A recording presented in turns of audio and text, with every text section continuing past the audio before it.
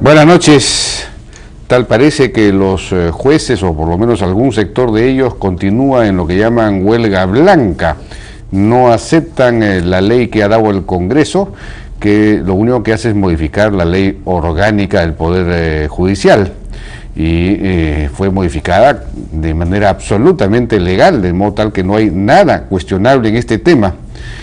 Sin embargo, ellos se mantendrían en huelga señalando que esa ley contradice una disposición del Tribunal Constitucional, cosa que, como explicó ayer Óscar Urbiola, presidente del Tribunal Constitucional, no es cierto.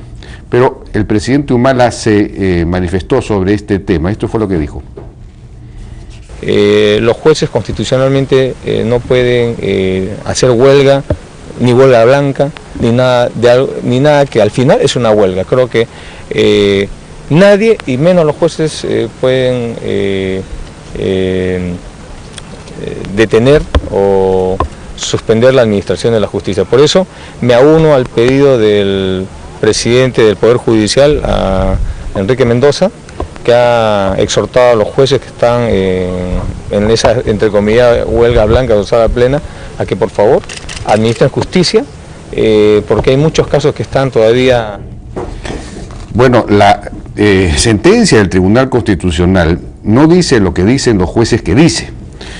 Ella declara en su punto 2 infundada la demanda en el extremo, la demanda del Poder Ejecutivo, del Ministerio de Economía, en el extremo que se solicita que se declare la nulidad de la resolución administrativa número 235, etcétera, una resolución del propio Poder Judicial, y dispone en el punto 3 que el Ministerio de Economía y Finanzas cumpla con lo establecido en el fundamento jurídico 13, el fundamento jurídico 13 de esta misma resolución.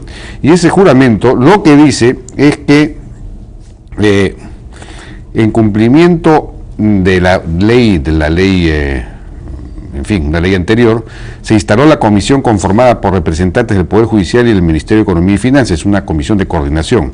Dicha comisión consensuó y elaboró un proyecto de ley que ordena los ingresos de los jueces. En la exposición de motivos de dicho proyecto se consigna que su implementación tiene un costo estimado de 87 millones anuales y que dicho monto será financiado con cargo del presupuesto institucional del Poder Judicial sin irrogar gasto al tercero público. Lo transcrito evidencia que los 87 millones destinados a la homologación de las remuneraciones de los jueces se encuentran debidamente financiados, etcétera, etcétera. Entonces, lo que está diciendo el Tribunal Constitucional es que se aplique ese acuerdo, ese proyecto de ley que se consensuó entre el Poder Judicial y el Ministerio de Economía y que tiene un costo alrededor de 87 millones anuales. Bueno, ese acuerdo es el que está reflejado en el proyecto de ley que se envió al Congreso y que modifica las escalas famosas que son las escalas de la ley orgánica original del Poder Judicial, de la ley del año 93, que son absolutamente irracionales, insensatas desde el punto de vista fiscal.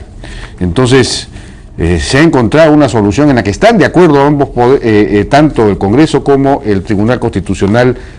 La huelga de los jueces no tiene ningún sentido. Por lo demás, de todos modos, están experimentando un aumento relativamente considerable con la escala menos chata, menos plana que la que estaba en la ley original, pero es una escala que de todos modos mejora la situación de todos los jueces.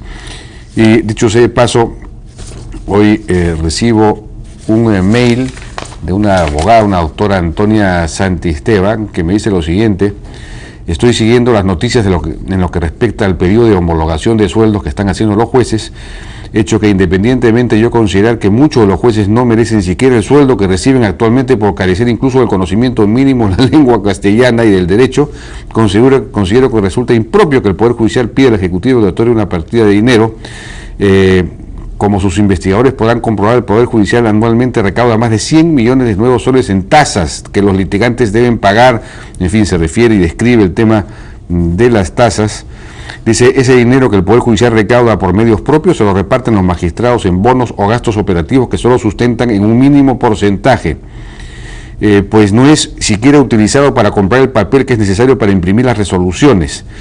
Muchos colegas procesalistas podrán corroborar que en más de una vez se ha tenido que llevar papel al secretario juzgado para que imprima las resoluciones que uno pacientemente tiene que esperar, etcétera.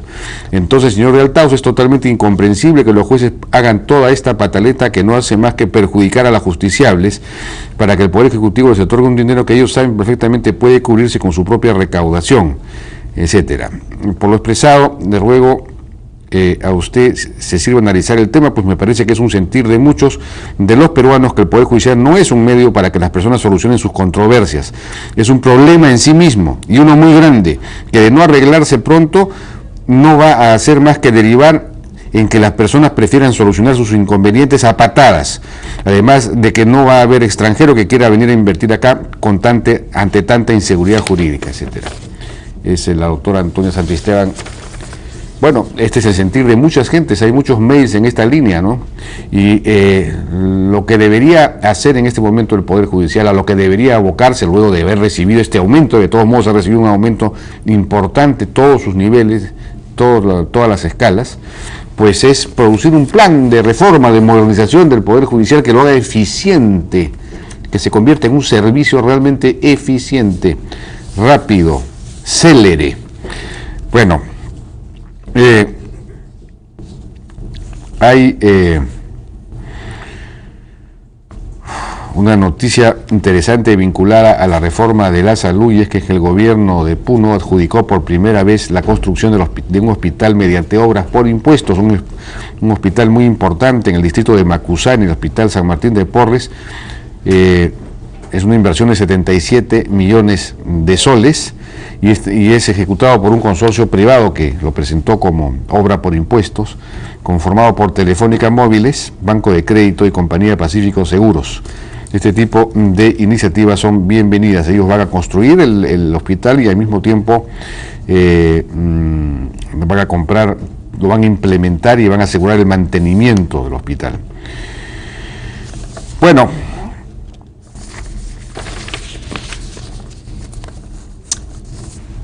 ha habido un incidente con el presidente regional de Junín, Vladimir Cerrón, que vino acá a Lima con una delegación para exigir cambios en el tema de una institución educativa llamada Santa Isabel, un colegio muy importante, en el que aparentemente las obras que se están haciendo no corresponden a lo que se requiere, en fin, a lo que se había demandado, y vienen a protestar, a exigir que las cosas se hagan bien, y señalando que no han sido escuchados.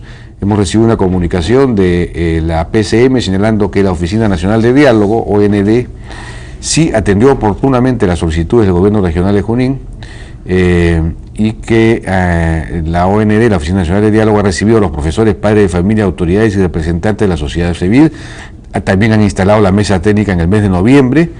Ha habido 6 reuniones en la ciudad de Huancayo y 6 reuniones en Lima, y en esas reuniones participó Vladimir Cerrón y sus funcionarios, por lo que no se ajusta a la verdad. Dice la PCM que no hayan sido atendidos.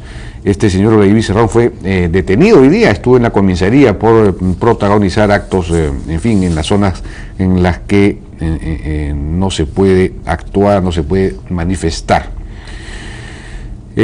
Vamos a ir a una pausa, regresamos ahora con el ministro de Energía y Minas, Jorge Merino, para conversar acerca de la ley que fue aprobada ayer en el Congreso de modernización de la refinería de Talara y otros temas vinculados a ese sector. Y luego vamos a estar con el antropólogo Juan Ocio y el profe Tom Suidema, que es un antropólogo y historiador de la Universidad de Illinois, que ha escrito unos libros muy ilustrativos acerca de los incas en el Perú, los sistemas de seques y ahora el calendario solar inca, el calendario inca. Sobre eso vamos a hablar con ellos. Regresamos.